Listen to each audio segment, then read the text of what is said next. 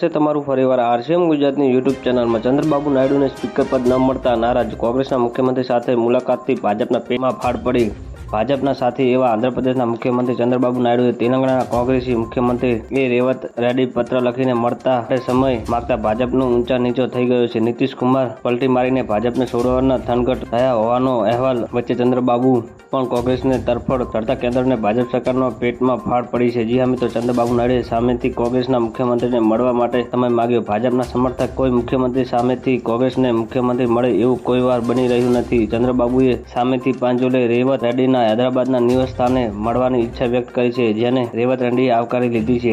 ચંદ્રબાબુ નાયડુએ સત્તાવાર રીતે તેલંગાણા અને આંધ્રપ્રદેશ સાથે મળીને શું કરી શકે છે તે માટે ચર્ચા કરવા રેડ્ડીએ મળવાની ઈચ્છા દર્શાવતા ચંદ્રબાબુએ ભવિષ્યમાં કોંગ્રેસ સાથે જોડાણ તકો તૈયાર કરી રહ્યા હોય એવું ભાજપની નેતાગીરી માને છે। જી હા મિત્રો, ભાજપના સૂત્રો મતે આંધ્રપ્રદેશ અને તેલંગાણા બંને મુસ્લિમો અનામત સહિતના એજેન્ડા આગળ ધપાવી રહ્યા છે હોવાનું બંને એક થઈ રહ્યા છે, તો આંધ્રપ્રદેશ અને તેલંગાણામાંથી બીજા બધા પક્ષો સાફ કરી દેવાયા છે। ટીડીપીના વિશ્લેષક માને છે કે ચંદ્રબાબુ ટીડીપી અને કોંગ્રેસના 2018ના તેલંગાણા જોડાણ કરીને વિધાનસભાની ચૂંટણી લડ્યા હતા અને જોતા જોતા બંને વચ્ચે જોડાણ શક્ય છે। કોંગ્રેસ માટે પણ ફાયદાનો સોદો છે, કેમ કે તેના કારણે નરેન્દ્ર મોદી સરકારની ગબડાની ઇન્ડિયાના મોરચા સરકાર રચવાની તક ઊભી થશે। ચંદ્રબાબુ સતત ટ્વીટ કરીને પોતાનું રેવંત રેડ્ડી પત્ર લખ્યો હોવાનું જાહેર થયું છે। તો મિત્રો, ન્યૂઝની સતત જાણકારી મેળવવા માટે અમારી ચેનલને લાઇક, શેર અને સબસ્ક્રાઇબ કરી લેજો। ધન્યવાદ। જય હિન્દ।